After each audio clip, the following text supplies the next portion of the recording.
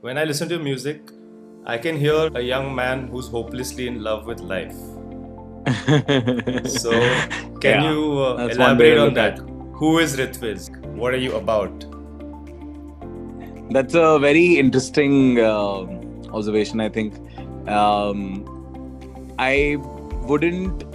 I mean, that's one way to interpret it. Obviously, I think that the one major thing that I've noticed in the last 5 years is that my music has been received in a lot of different ways, right? Completely different than how I have tried to produce it, or what intentions I had making what I did. But the pure thinking here is that while making what I did, right, like it wasn't so well thought out as much as it was felt, right? So all of the stuff that I make today is just basically reflections of my everyday life, you know. So what you mentioned is one interpretation. I keep receiving a lot of aspirational feelings from my music, right? And I think that's also one of the key things that I feel people also feel listening to my music. So that's it's a very interesting topic, because when I make music, I don't think about what I'm doing, right? It's basically what emotions I'm running through at the time. There's always post analysis, and basically what we're doing right now, the discussion also, right? It's always I wrote a song and then I think about days, why did I do it? Yeah, it's like post-mortem or post-analysis time. Exactly. Right. Yeah. You talk about say, of course, different parts of love, and more of rejection and such stuff, but in a very nice light vein, right? So there's a playfulness, there's a carefreeness, there's mischief element. In fact, what I was thinking today while listening to your track, I was if Krishna, the god Krishna, if he was living today, he would be jamming out to your tunes, because it's got that kind of a playful vibe, He's flirtatious, and it's playful, and it's just sharing the joy and the groove. So just interesting. That is crazy. Very interesting thought you had. Brain, dude, it goes where it wants to sometimes. Connects some weird dots. But anyway, man, so let's get to the album, dude. So can we start by talking about your relationship with Nucleya? I'm sure this is he's been, I guess, your mentor. So if you could talk a bit about that aspect, and also how this album was conceived. Yeah, so Udayan and I, we go way back, right? We're talking 2015 types when I first met him. Rather when he first saw me live, I think. Right. And this is NH7 Delhi, and 4 p.m. slot I'm playing, and the only 3 people in the crowd, my parents, some of them. Lovely. That's all you need, right? We've known each other. Yeah, we've known each other since then, right? And I was introduced to him back then at the festival, and he really dug my music, and it started off from and obviously we're talking peak Udayan season, right? Where every kid in every household was just going crazy about right? When everyone's talking about Bassani, everyone's talking about the monster, and I was that kid also, right? So he was a mentor. He was a mentor, and over the last 4 years, we've become friends also. So it's a bada bhai, friend, mentor. Again, can't classify this relationship also. Exactly. But it's been one of a very, for me, it's been a journey of just constant learning with him, because that's the kind of person he is, right? He's made me learn the want to learn. You know what I mean? He's he's for me, when I started off, I was aspirational towards his life because of his personal, right? He has one of the most beautiful families, right? His kid and his wife. It's amazing to watch him grow with them, and that is what was so aspirational about him. It wasn't the music, and because I know the music is just a byproduct of that. Exactly, right? Man. You said So exactly. So for me also to just look at him be the father that he was and is, and the husband that he's been, and all of these things really made me aspire to have certain things in my life one day, and for me the last 4 years have been like that. It's just been watching and living with him. I've lived with him for a bit. we've made, and the thing with Udin and I are we and I have this with very few people, right? Even Seedhe, Maut for the matter. I guess you would probably talk about them later, but they are also two people for me that every time we meet, we end up making music. You know, every conversation turns into a song. So it's such an effortless process in making music that, like, after a good 4 years, Udin and I realized that, okay, cool, I think maybe this is the year we put out some music, because we have a ton of songs in the bank, you know. Right. So this is, I mean, my relationship with him has been, like, to sum it up, more or less this. Nice. Very interesting you mentioned, because usually when people look at such an artist or somebody, like, you know, people are looking at you probably that way, and they see, oh, I like this songs, and I like the fame, and I like that.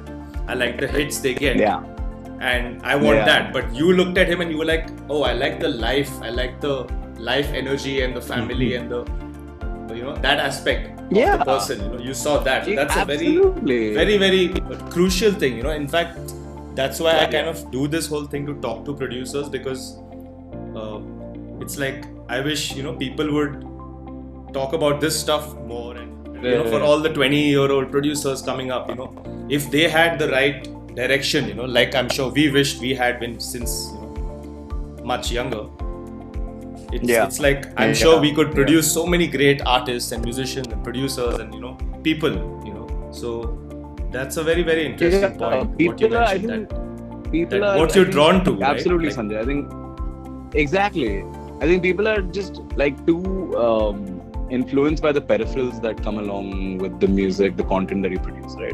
And the problem with that is that, like, if the focus is on the vibe of all the things that your music or your art will get you, then it wasn't about the art from the first place, in the first place, right? Like today, if you take that away from me, then I will be hollow, you know?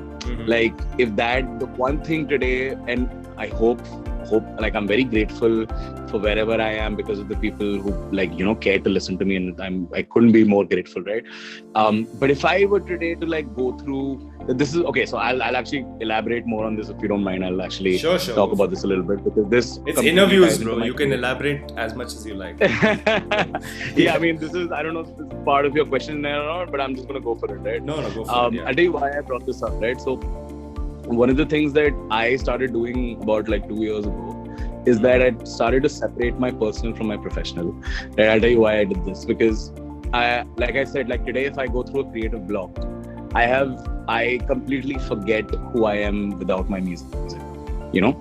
And it's because that is such an integral part of who I am today, right?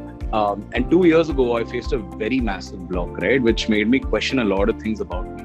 You know, and this is right after Nucleya came out. Wait, Nucleya was like 4 years ago. Okay, so this is like 4 years ago. No, not 2 years ago.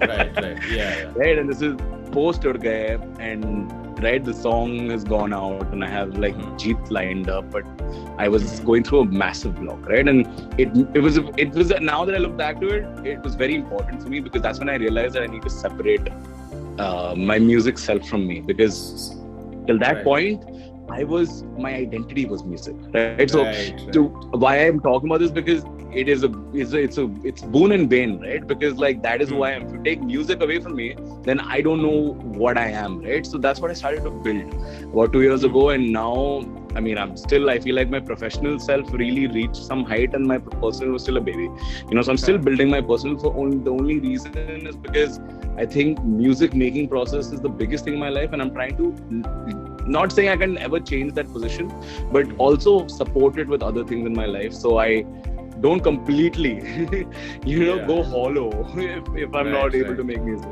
Correct. Because everything that comes with music is just peripherals that are good supporting acts. The main act is always going to be about the music and why I do what I do. Anyway, but yeah, getting back to you, I think I just, like, went on a. And yeah, man, like you said, like, I think if you, like, maybe if you take away all the fame or the likes or the whatever, you're still complete as a person and as a, you know, I think something like that is what you meant, like, identity wise and stuff. Yeah. Nice. So yeah, man, let's jump into the album a bit. Like, can you tell me, like, any stories or any, like, making of the songs or making of the like behind the scenes stuff about any of the tracks? Like, I think every song has a fun story. And it's basically every song surrounded by a conversation, I think most of the songs I remember sitting in Udyan's studio. This is his place, right? And we live like 20 minutes apart in Goa, so nice. It's frequent visits and stuff keep happening. Anyway, so I think what basically happened is for example, Rose was a fun track that started off as a joke. That literally started off as a joke, and that's what I'm saying. Like it's so effortless. There's no like formulative way about making music the way what we do, right? It's like constant, just having fun and talking and like making sure that we're having a good time. And then next thing you know that you have a 3-minute song structure in place. Like even Sati came about that. I think we were very nostalgic with this album. We're going back to the 90s. We're feeling we're discussing old music. We're like talking about how we grew up, and all of this resulted in the product that we're all listening. And what about like the theme of Baaraat? Like, is it something to do with like just weddings and people getting married and attending weddings? And is it something to do with like that? No, not at all. No, not really. No, not at all. It's basically the marriage between Udyan and my sound. Nice. Yeah, that's the key right there. Awesome. Yeah, man. Sweet. That's why, even if something seems very obvious, I always ask even the most obvious question, because in fact, more often it's not the obvious thing. It's something, a different artistic kind of interpretation. Nice. Absolutely. Next thing I want to talk to you about is I think what I believe what you guys are doing, yourself and of course the people you work with, is really changing the face of Indian music, which is something everyone wants to do in a way, because everyone says oh, Bollywood is dominating, etc, whatever. I mean, everyone loves Bollywood also, but we also criticize it a lot, right?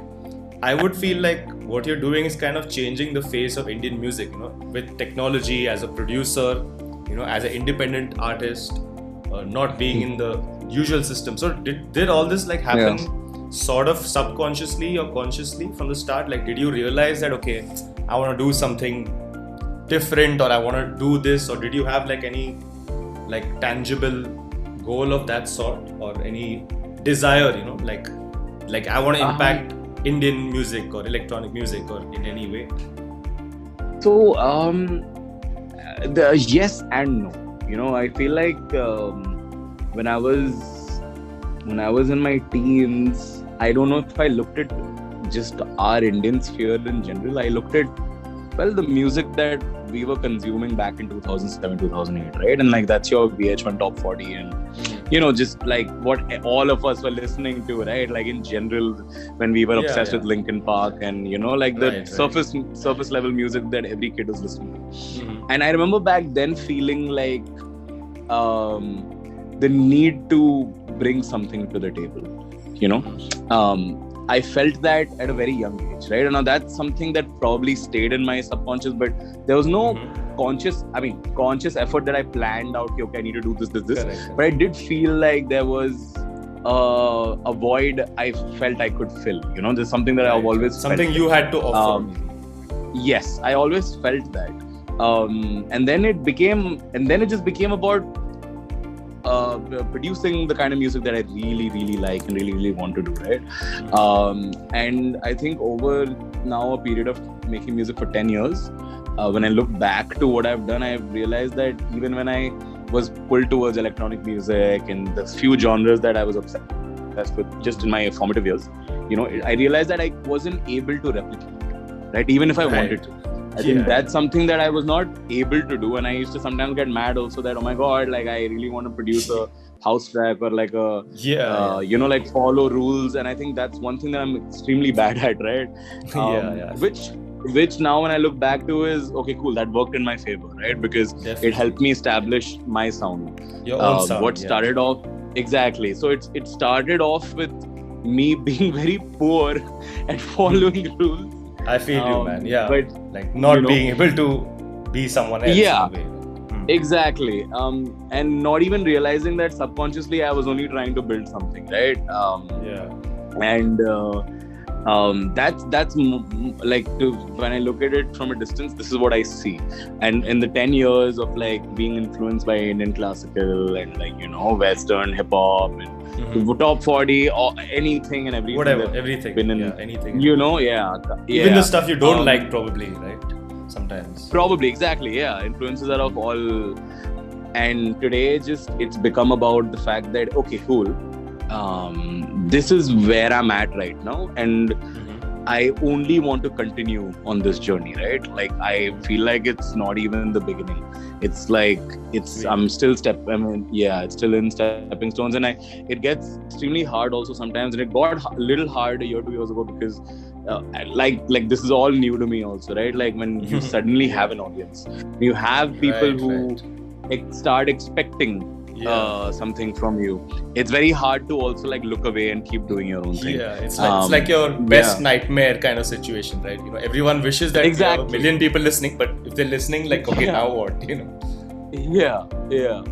Nice. So the agenda is only to just continue being the person I was in 7th standard, right? Like that's my constant reminder that I can always do something that can in any way try and please the crowd in a way that I've already done in the past.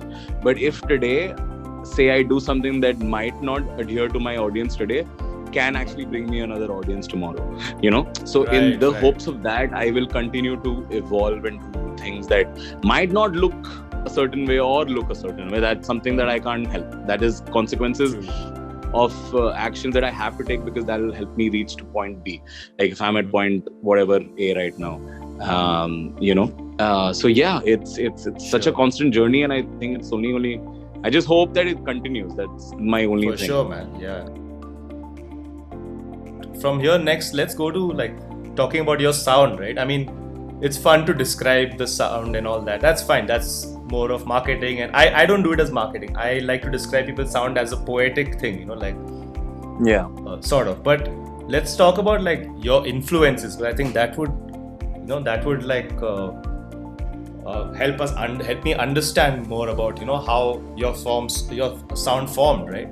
So can you tell about your like journey, your musical journey? I know your parents were influential in that journey, and very like, of course everyone is influenced by Bollywood, your classical background or influence, whatever you have, and how you got into electronic and how these things came together.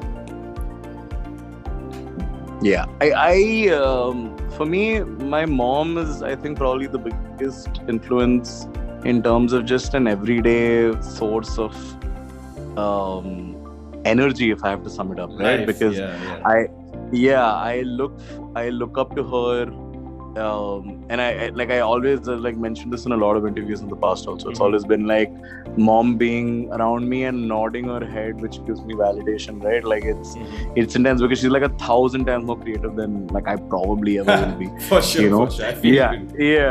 It's crazy. Like so today, whatever I do, it's only because I've like watched her, you know, do her thing growing up. So it's such a real life role model with me, you know. That is one person that I can name. And I think everybody else in my life and every piece of content and people and like, you know, influences from 100,000 things. A lot of pieces. Is in pieces, you know. So it's more or less this, what I can tell you. And are your parents musicians as well, or do they sing, or are they inclined? So my mom's an Indian classical. So my mom's an Indian classical singer. She's an HOD at DPS, and in music. Music HOD. In performing arts. Nice. Music. Okay. Sweet. And my dad plays the tabla, but professionally he works at ICICI. He's a banker professionally. But mom is still catering to the music side of things. So I've always had music at home. And how did you get into, like, what's your first exposure and like to electronic music and being a producer? Like, how did that happen? I heard my first Tiesto bootleg in I think 2012 or something. This was, I think, I remember this because that was like the first song that really pulled me towards learning more about electronic music at the time, right? And this is around the time when I was dropping out of school. Or it even had thoughts of doing it at the time. And I originally started off as a vocalist, right? Like I learned Indian classical gaiki, so I had education in vocal side of things, but production is where I had like no idea. And I'll tell you why. For me, that was a very interesting thing because like right around the time I also learned about electronic music, I was also really badly in the need of like complete creative control over a track, right? Like I was just in the desire of that, and that could only happen if I could learn production and like have complete control over track, which today when I look back to it is like, okay, cool, me, simple situation. If I'm like just sitting and an idea hits me, and if I'm able to like from scratch build it to bring it to completion, you know, that for me is the biggest satisfaction, sense of power, satisfaction, and you know, that is what I was in pursuit of back in 2012, 2011, right? So that's how I got into production.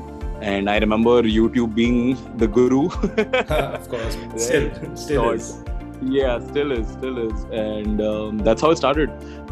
I dove so much. I completely dove myself into production, right? At the point where like, if you listen to my initial work, if you listen to Yug, the album that I put out, it's basically instrumental. There's very little. And it's very produced. Like it's like even the sound is like very produced, right? As opposed to maybe what you're doing now, which is also produced, I'm sure, but much more organic.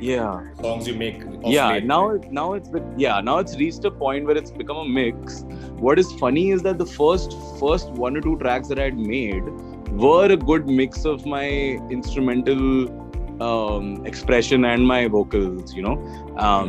And I completely went into an electronic instrumental zone. Right.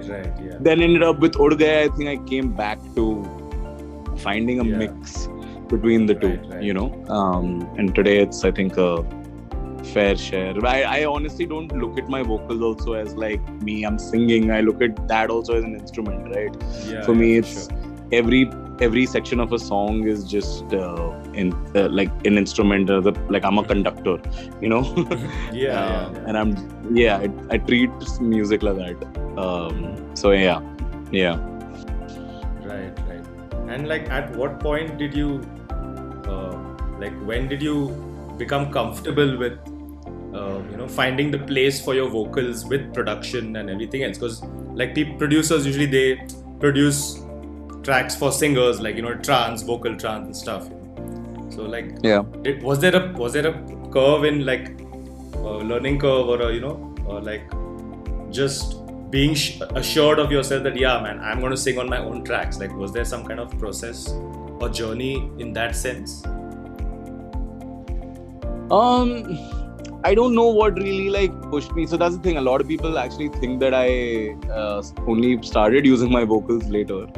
But the truth is that I started off with my vocals, right? So that's what production actually came in later. Came in later, and I think I needed to like establish myself as a producer before I could match it with the sense of vocals that I was bringing on the table, you know. So when I only felt the need to add vocals is when I did it, you know. Got it. Yeah. When you had something to express or something like that. When the vocal instrument fit into the track in a way, something like that. Yes. It had to match. Like I needed also needed like a couple of years to like also polish my sound as a producer, you know, in order to then produce for myself, you know. For sure. So I think that's how vocals also came about being.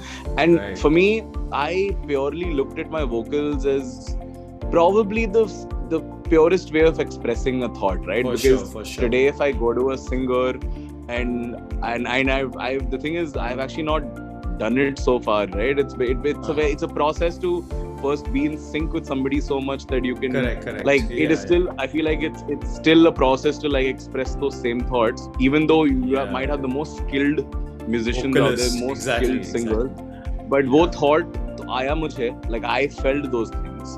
And I'm expecting somebody else to express it. So I'm still now I'm obviously not so much of a purist. Now I'm not so much of a purist. I still believe that yes, it is absolutely possible to collaborate and like, and that's what is happening right now. So with Udayan and Seedhe Maut, we are able to collaborate and it's happening. But I think starting off, I was very rigid that no, I need to do this on my own because.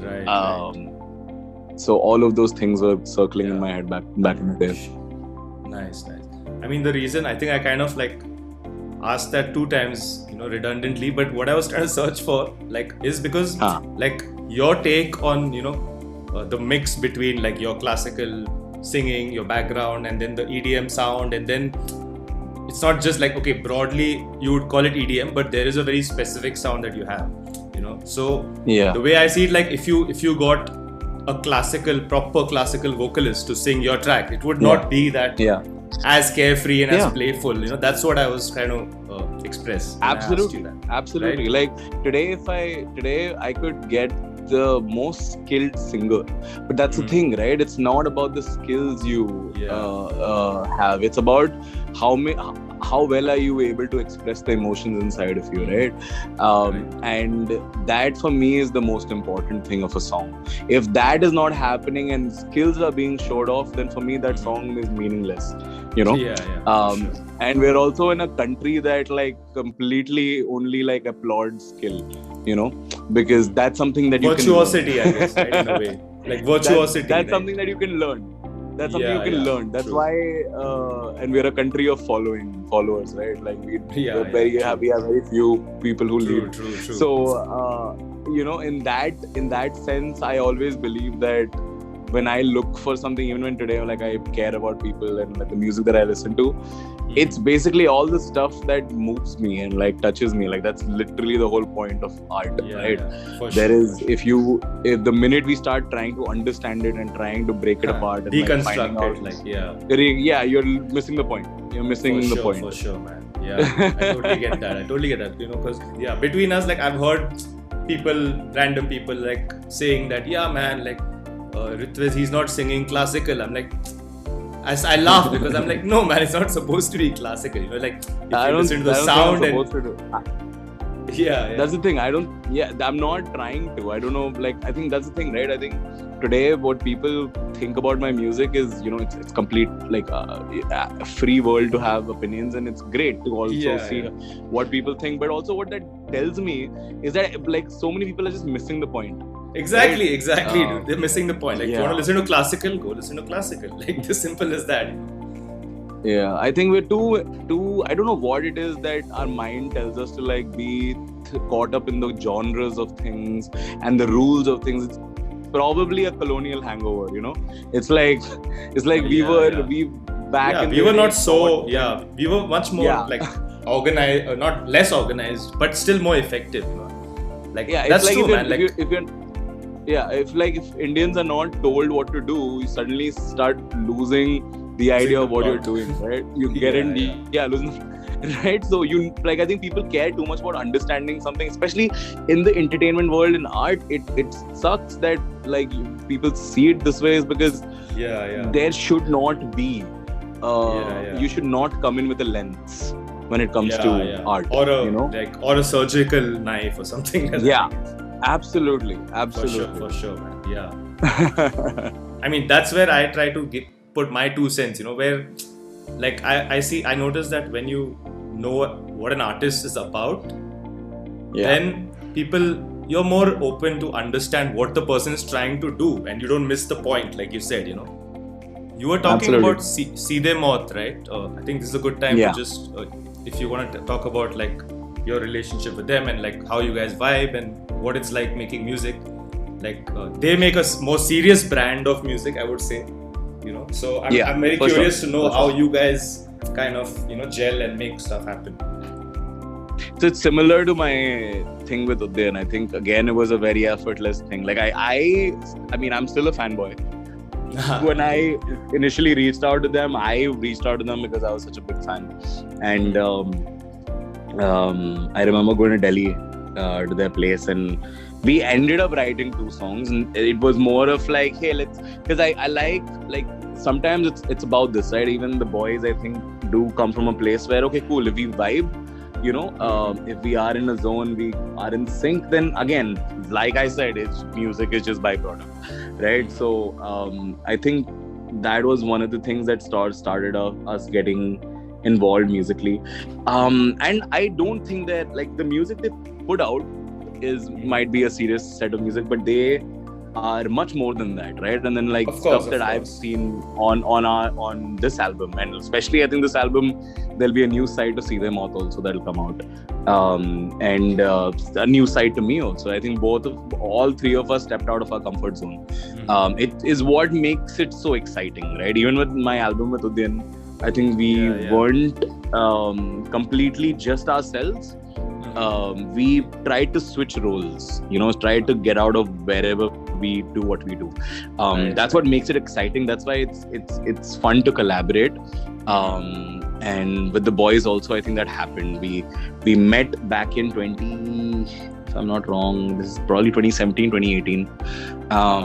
And cut to 2 years ago, when we first started writing this album, the one that hopefully comes out this year. That's always going to be a thing. But in Goa, where we started writing this album in Goa, then took another year with it, and then finally finished it last year. It's that flow, man, because I feel like I don't write so much music compared to how their work ethic is so epic. Like they write a lot of music. Even Udyan, for the matter, he's been putting out an album consistently for the last, God knows, so being around them also, I think the quantity of music built up, I think because I would put out like max 2-3 songs a year, this year set an extremely high goal of like 21 songs. So that's about it, man. Sure. With them.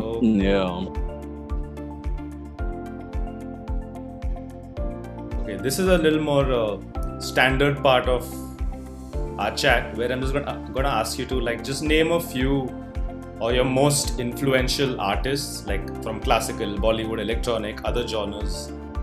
I think A.R. Rahman would be a very important musician. That's just in the sense that I've always been very curious of how he formats his melodies. It's been a very curious musician. That he's a case study. He's like a whole masterclass case study. He's absolutely a case study. Like I keep saying, like, there's always like a question that, hey, who would you love to collaborate? I'm like, hey, forget about collaborating. If I even get a chance to be in the room with him, to just watch him work, would be so epic. Would just be unreal to have that. But I think one person that I definitely do look up to is Rahman. I think growing up, Rahman was definitely one person, because my mom used to listen to Choti Si Asha when I was a kid, so I have a lot of my early childhood memories associated with Rahman, just because mom was always play him. In the West, I love Timbaland, and Timbaland is also a huge influence for me. Growing up was A.R. Rahman and Timbaland. That's a great combination. Yeah. Nice. Oh, they would make lovely music together. Now that I'm thinking about it. Just a little bit outside of like musical sphere and stuff. Like, what are your interests outside of music? Do you like food? Like, what kind of food do you like? Or I love food. I love food. Of course. I love food. I love to cook also. So my move to Goa has also inspired me to I've always been fond of cooking, but I would like just normally watch mom cook the complex, because our cuisine is honestly complex, right? I think Indian cuisine is hard to crack. It's hard to crack what our moms have made. And like you said, you can't really like make a formula out of it. You have to like do it instinctively, right? So this is so like I was drawing parallels the other day, right? Same. Like, I was just going to ask you that. Like, how do you Yeah. find the like the parallels? It's crazy, right, Sanjay? Right. I'll tell you. So I'll call Go my for it. mom. I call my mom for this. Uh-huh. Yes, so I'd call my mom for this mutton curry recipe, right? And this was the big one to crack, right? I'd taken my time, learned like a bunch of stuff, and I was like, Mama, I think I'm ready. This is, rite of passage time. I'm going to try and do this. And she's like, okay, cool. Ye karna hai. And I think the best part, the part that fascinated me was that, ye sab andaz se dalna.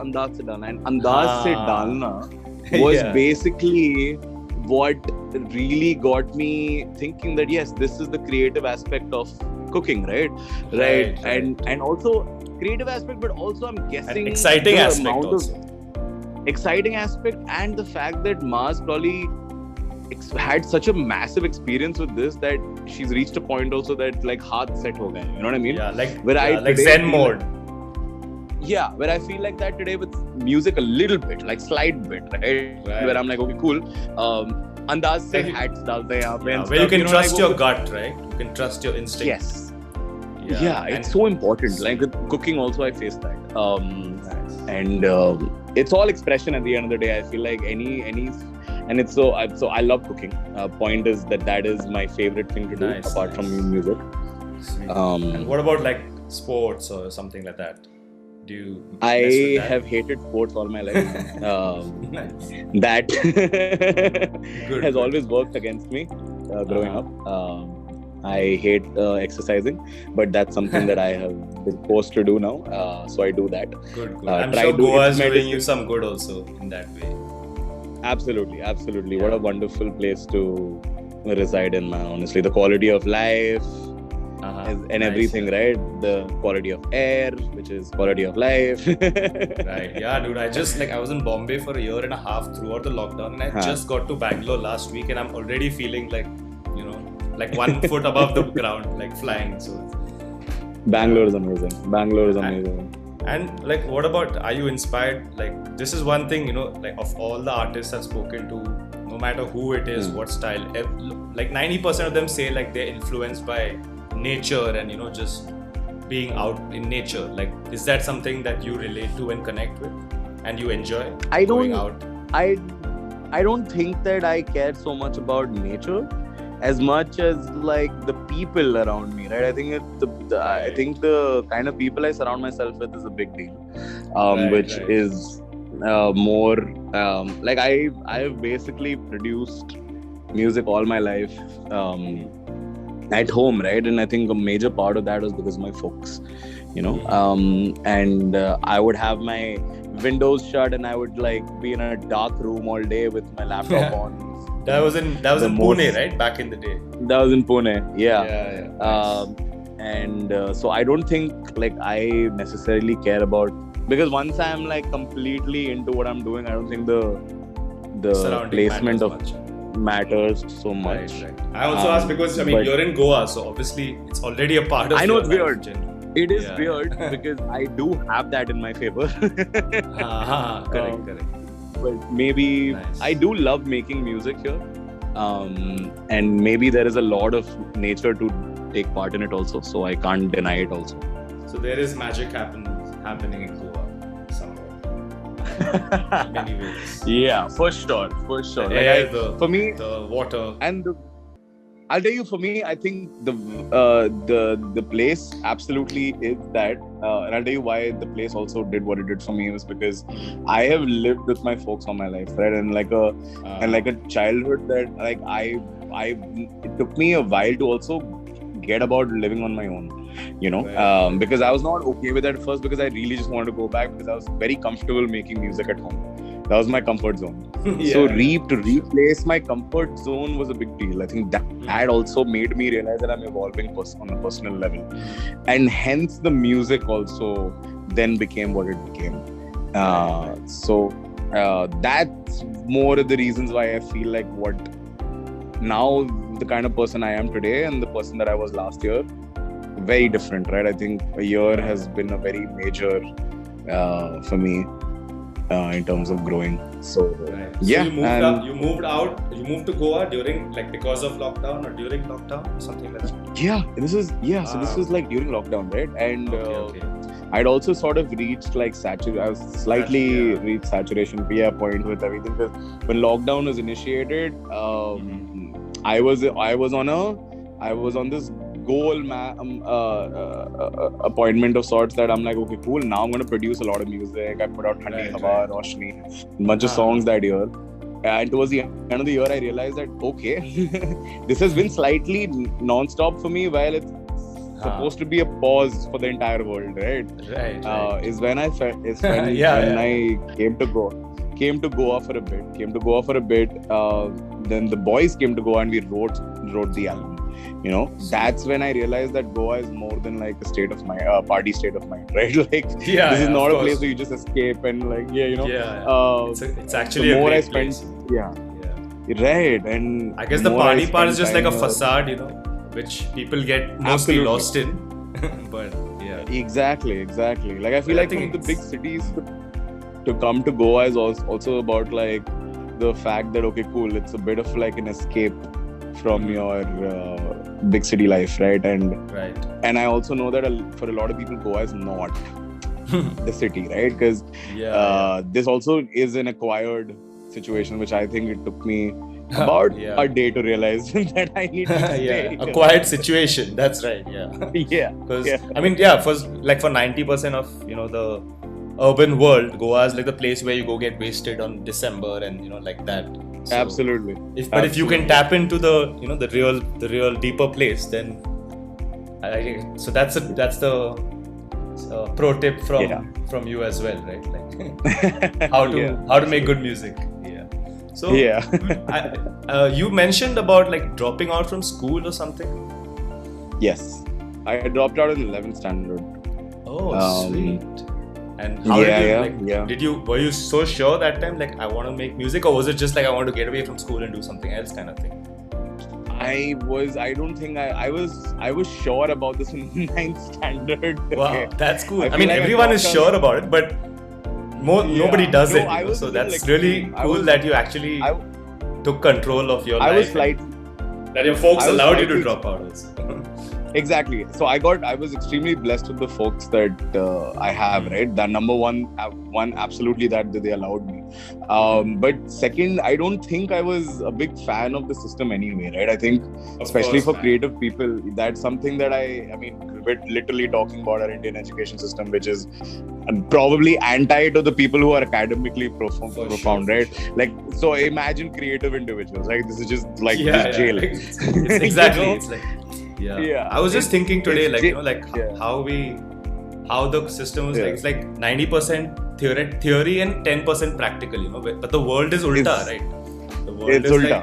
Like, so I was thinking, like, shit, man, we got it all wrong. Like, we should have like 10% or 20% theory and 90% practical, or at least 50-50. But anyway, that's really interesting, man.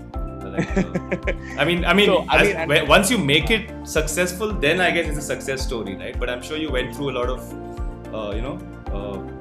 doubt and other stuff and all, like absolutely. While making your career. I'll tell you what.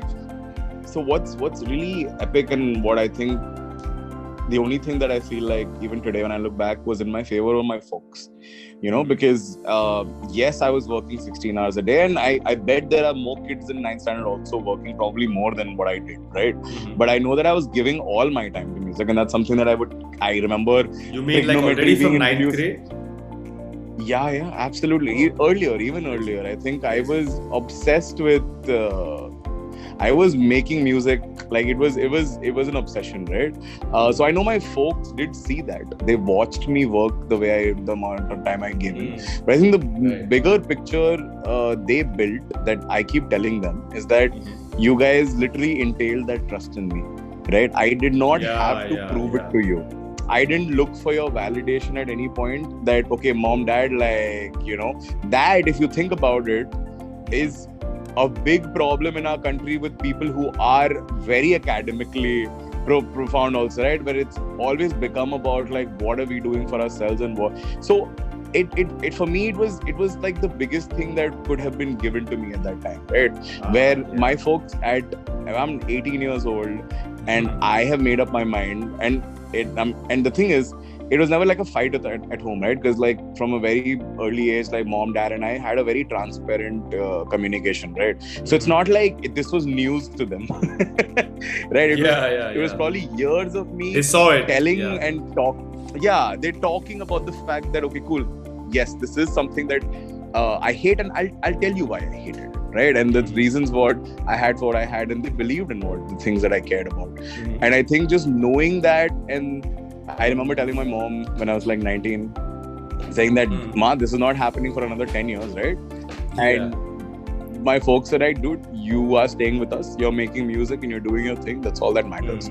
I think that itself was enough boost to just like know that, okay, cool, now I'm completely doing this for me, you know? Right. And that absolutely like gave me the courage to keep at it, right? I think this is what happens. I think a lot of times it's about the fact that how long are you willing to just keep at it, right? I got very lucky because I wasn't expecting it to happen this soon, you know. I was prepared for a very long journey, and I still feel like absolutely. And that's part of, because when I look at making music today, it doesn't feel like hard work, because I love doing it, right? It's the most exciting thing about the job, because I love making music. So it's like, from a third person, it will look like 16 hours this person is putting in, but for me 16 hours won't feel like 16 hours, right? But 16 hours would feel like that if I was probably studying trigonometry. Right? Trigonometry. Shout out to trigonometry. Shout out, big shout out. Trigonometry to it. But anyway, so that was my whole deal with academics at the time. As I was 10th standard, and I was just like, dude, this is it. 11th grade came in, and we took that decision together. Folks and I did that together. Amazing, man. So एक board exam हो गया, अभी दूसरा नहीं हो सकता. दूसरा नहीं होगा. Oh God, yeah. So I actually want to make a special mention to you, to my brother, who's right now here, and he's the one who actually encouraged me to write to you and to take the interview. So he was like, yeah, man, just try it, just do it. And I was like, no, man, I mean, I don't know, like, you know, whatever, reply to nahi aayega, whatever. And he was like, why are you saying? He was like, just do it. And then here we are, man. So he's right here. Hey. So Saurav, say hi. I didn't get Saurav, yeah? Hi, Saurav. Hey, man, how are you? It's amazing to speak to you. I love your stuff. Thank you, my man. Cheers. Thanks for making this interview happen. Yeah. I got two more questions till we wrap up. And the first one is, what advice would you have for producers, musicians, artists in the current, you know, scenario with, I mean, even before COVID, it was probably, you know, tricky enough to navigate, you know, the art side and the music business side and the commercial side. And now, you know, with, I mean, there's uncertainty, but I think there's also a lot of possibility, right, in the future from, like, from where we stand. There's a lot, you know, already so many producers have got empowered with, you know, with internet and with DAW and stuff. So what advice would you have for like artists or musicians and producers, you know, who are taking their craft and who are trying to, you know, working it to a point of their own satisfaction, you know, whatever the success may mean to each individual person? So being in the entertainment world here and in general, following, it's so like, I mean, it's a very vague world, right, where everyone sort of figures out their own path. And when I look at the other sectors, right, where you like say you have to be a doctor or an engineer in this country, there is everything in your favor and everything, checkpoint after checkpoint, letting like you know society is in your favor in a way, somewhat. Right? Yes, and you've been told that, okay, cool, you have to follow this regime, and there's literally everything working in your favor, and you have to put in that work, right? Now, in a case where what I have done, I probably had the biggest favor in the sense that I had the best people supporting me to do what I did, right? But what I didn't have in favor is the textbooks that come with, following what you want to follow, right? When it becomes like, okay, cool, what do I do? I have to make music, but also how do I play it to people? How do I communicate this? Because I can't. I always would just tell my mom that I need a manager, but I'm 18 years old, not knowing how to talk to people, right? Like so introverted. So all of this, no one came with like a textbook telling that, okay, cool, as a musician, you need to do this, right? So I had to. It's everyone for themselves to figure out, right? And so many people that I've now also talked to, and everyone has had such unique stories, right? Just because of the fact that there is no certain way of going about it. So people today, if at all, that's become my main thing, that I want some sort of system in place, right? I would love for the right people to be in charge rather than the wrong.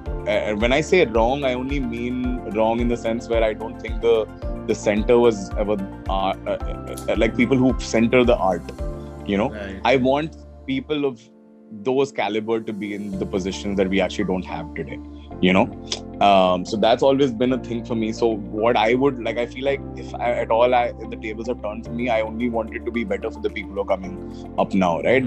Like and one suggestion that I will probably like to say is that, dude, it is DIY, DIY is the way to go, because DIY is the way you're going to learn about yourself, and if you learn about yourself, that is the biggest tool, right? You could go to 10 music schools and learn 10 things, and learning is always going to take place. I feel like people forget that education is just tool, people put education on a pedestal. You will learn things on the way if you know what you want in return. If I think that, okay, cool, I have certain ideas in my head and I need to execute this, I will figure out a way to execute it. But if I just spend my time learning how to execute something but don't know what I have to execute, then that's pointless. And that's where I feel like people get too caught up in just like the learning of sorts, right? I remember when I started off, people would tell me that, hey, you need to learn ABC to then like create something. I'm like, no. What if I know what I want to do? And I will learn ABC on the way anyway, because wo mujhe to janna hi padega na how I am. And I might not know ABC, but I will know my ABC, which is inherently more important, because that is what is going to shine at some point, right? If I know something that 10 people know, how does that make me unique, right? For sure. So like today when I like say anything, I only literally tell people that, okay, cool, you learn. Please spend time learning 10 things, of course. But also spend a good amount of time leaving the textbooks and just spending time with yourself and like your thoughts, and it's like looking inwards rather than outwards, right? And I could obviously elaborate on this, but I think you're getting what I'm trying to say, right? It's so important to do that, Sanjay, because like if you don't, like for me, I think my formative only happened because I spent like 6 weeks on Ableton without knowing what Ableton was, like I learned so much about that software that even today some of the things that I now use as tips and tricks were just things that I built on my own, because I had so much time with the software and very little textbook knowledge about it, and so what I would like to just suggest is that, like, I think people up and coming should just spend so much time with themselves that they are able to figure out who they are rather than the world around them, Right, that's very interesting insight. When you say like knowledge, you're pretty much saying like knowledge of self, or inward self. Is that like a spiritual inclination? Do you have any of that? I absolutely not. No, that's what it always goes in that direction. But when I say looking inwards, is actually a very systematic way of doing that, which is just as simple as like just spending time with yourself. I think Right. Like I don't mean it in a extreme spiritual way, but yes, it does. It's I feel like we're always constantly trying to absorb the knowledge around us. Rather let yourself absorb subconsciously. वो influence तो होने ही वाला है, right? If you're consuming content and everything, that influence is happening anyway. So you don't actually need to go out of your way and learn every single thing in a way to then think that you're creating something. Because I think in that sense, you're just recreating or copying. you know. Right. Yeah, Like yeah. there's just my thoughts and opinions on how I look at content, right? I feel like Sure. like we can look at something and be like, oh, how did this happen? Oh, look at that, look at this, and then you recreate the same product, Yeah. rather than like enjoying a movie or enjoying a song and then getting inspired and then sitting and just going about doing your own thing, and then you put down a song that is, you know, a culmination of your influences, you know, but Right. happening organically and subconsciously. Yeah, I hope that like sort of like, you know, Yes, like yeah. made some sense Yes. to you, because I just went on. Definitely. yeah, that was good, man. That's good. Last thing to talk about is like you mentioned that you feel like you're just getting started, right? Even after, you know, having a good amount of success and, you know, establishing yourself. So what Yeah. can we like? What is your expectation from yourself, and what can we expect from you, you know, in the future, musically, etc. I honestly, this is the one thing that I never did, was that I never walked into doing what I did with expectation, right? Because had I set expectation of any sort, that I think would have slightly limited me that way. So it is still a big question mark for me what I'm about to do, because everything is very, very impromptu and impulsive to some extent. I know it has a negative connotation, but I do function like that a little bit, you know, Right. where I do my creative process is literally what I am going through in life. So what I am trying to do today Right. is the same thing that I mentioned to you earlier, what I looked at with him, right? I'm trying to be the best 25-year-old that I can, you know. I am trying to be the best son today, the best boyfriend today, and in the hopes that one day I'll become a good father, and things that like all of us aspire to be, right? Very basic human things, and in the hopes that the reflection is going to be the music, you know. So that's all I care about, honestly. Great. Yeah. Like you said in the And it's start also. yeah. And Like you just said. to add like a little more on this, what's interesting is that when I was making music, when I was with my folks and when I was writing, like even Nucleya back then, the music that I wrote was about the life that I imagined, right? Like it's again like looking at my mom, looking at people that I really cared about, and looked at like it was that desire to be at a position where I'm living my own life, right? And today, in whatever sense, like very grateful that I'm able to do that. So now the music is not imaginative, music is the reflection, you know, of the life that I probably like imagined 4 or 5 years ago, you know. So this has been the journey, and I only hope that I probably will be moving away and away from music, you know. Like what I'm watching, if I look at my journey so far, I actually am stepping away from music, but music is becoming more and more the byproduct of whatever else that I'm doing, right? Yeah. Makes sense. Like what you said in the beginning, like not to focus on the byproduct, which is what the surface thing asks, like, okay, what's my goal, or what am I expected to do? Rather focus inward and on your own development, and you know that will come, something like that. Yeah, absolutely. Nice. Beautiful, man. So good to talk to you, man. And so good to talk to you. Looking forward to the remaining tracks as well. Great. So just finally, so I can call you by your real name. What is it? It's Ritviz. Okay, sweet. It's not an alias or anything. It's not an alias. The fun story around this is that originally it was Ritviz with a J. And I didn't do anything about it. My dad changed the J into Z. And so it's a word in Sanskrit. It means yagya ki ahuti karna. It means like to throw the pandit throws the thing in the fire, right? So I think I'm either the process of doing it or the pandit himself, one of those two. Nice. Yeah, that's my name. Yeah. Sweet. Like I thought, okay, your name, like you just change it to a Z and to make it artist, but exactly, you know, that's what I love about my like, dad did it. Yeah, exactly, dude. Like he was like Christ in you. Yeah. Great, man. Thank you so much. Lovely. Man. Thank you so much. Thank you, Sanjay. It was fun to speak to you, and I'll be on the lookout for the new tracks as well. And let's be in touch for the future. Yeah. Absolutely. Take care, my man. Bye bye. Have a good evening. Bye. Bye. Bye.